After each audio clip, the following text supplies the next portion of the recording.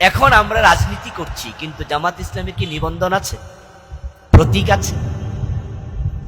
দিন কায়েম তো বহু দূরের স্বপ্ন।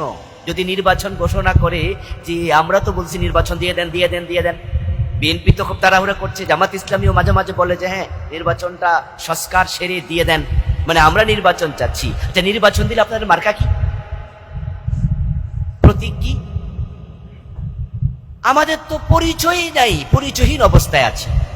বরং নির্বাচন ঘোষণা করলে আমরা আত্মপরিচয় নিয়ে দারুণ বিভ্রান্তিতে পড়ে যাব। আল্লাহ না করুক যদি আমাদের প্রতীক এবং আমাদের নিবন্ধন ফিরিয়ে না দেয়, জামাতের নামে নির্বাচন করার সুযোগই থাকবে না। আমি গত সপ্তাহখানেক আগে আমাদের মুজিবুর রহমান ভাই নায়েবে আমির মহতারাম, ওনার সাথে একটা প্রোগ্রাম ছিল ওনার গোদাগাড়ি থানাতেই। উনি ওমরা থেকে যেদিন এসেছেন সেদিনই প্রোগ্রাম ছিল, আর উনি বলেছেন সেখানে বাসার ভাই যেহেতু আসবে আমি আসবই। উনি এসে বিমান থেকে নেমে আবার চলে গেছে। তো মাহফিলে যাওয়ার আগে একসাথে খেলাম, খেয়ে পরে বললাম ভাই আপনার গাড়িতে আমি উঠবো, আমার গাড়িতে আপনার লোক পাঠায় দেন। উঠে আমি ওনাকে একটি প্রশ্ন করলাম যেটা আমার জানা দরকার, সেটা হলো নিবন্ধন কোথায়, প্রতীক কোথায়? আপনি তো নায়েবে আমির, জবাব আপনাকে দিতে হবে আমার কাছে। আমি একজন ছোট্ট কর্মী ইসলামী আন্দোলনে, 8 মাস তো চলে গেল, কি করলেন? এখন যদি নির্বাচন ঘোষণা হয়ে যায় আর আপনার প্রতীক নাই, মার্কা নাই, আপনি দাঁড়াবেন কি?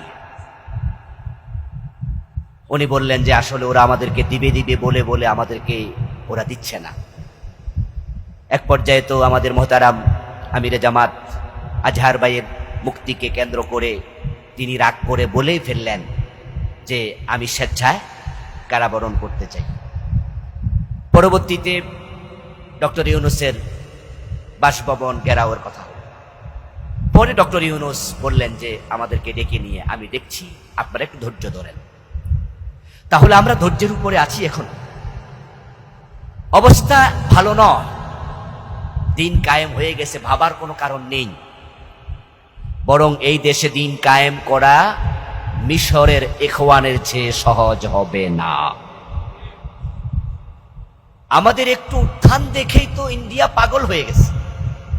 নরেন্দ্র মোদী তার এক বক্তৃতায় বলেছিল বাংলাদেশে জামাত ইসলামীর পার্সেন্টেজ হয়ে গেছে 25, 25% লোক জামাত হয়ে গেছে। অথচ আসলে কি আমরা এত আগাইছি নাকি? আমাদের কাছের হিসাবে আমরা এত আগাইনি, আমাদের ভোটের পার্সেন্টেজ এত নয়। কিন্তু ইন্ডিয়া ভাবছে ইসলাম বুঝি কায়েম হয়ে গেল। তাই গতবার এই 15 বছরে যে মেচাকাটটা আমাদের উপরে চালানো হলো, এটার পুরা প্রেসক্রিপশন দিল্লি থেকে এসেছে, পুরাটা মেকানিজম হয়েছে ইন্ডিয়ার, জাস্ট বাস্তবায়ন করেছে শেখ হাসিনা। এবং আপনারা শুনেছেন যে ওবায়দুল কাদের সাহেব তিনি তার এক বক্তৃতায় বলেছিলেন যে যুদ্ধাপরাধীর আসলে আমরা বিচার করব না, জাস্ট একটা প্রতীকী শাস্তি দেব। আমরা ধরে নিয়েছিলাম তারা আমাদের উপর এতটা নেচাকার চালাবে না, কিন্তু পরবর্তীতে দেখা গেল তারা আমাদের নেতাদেরকে গড়ফড়টায় ফাঁসি দিয়ে দেবে। কারণ ইন্ডিয়া চেয়েছে এদেশের ইসলামকে, ইসলামী আন্দোলনকে নখের উপরে পিষে উকনের মতো মেরে ফেলবে। যদি আল্লামা সাইদি রাহমাহুল্লাহর মামলা রায়ের দিন এইভাবে বিস্ফোরণ না ঘটত, তাহলে তারা আল্লামা সাইদিকেও ফাঁসিতে ঝুলাতো।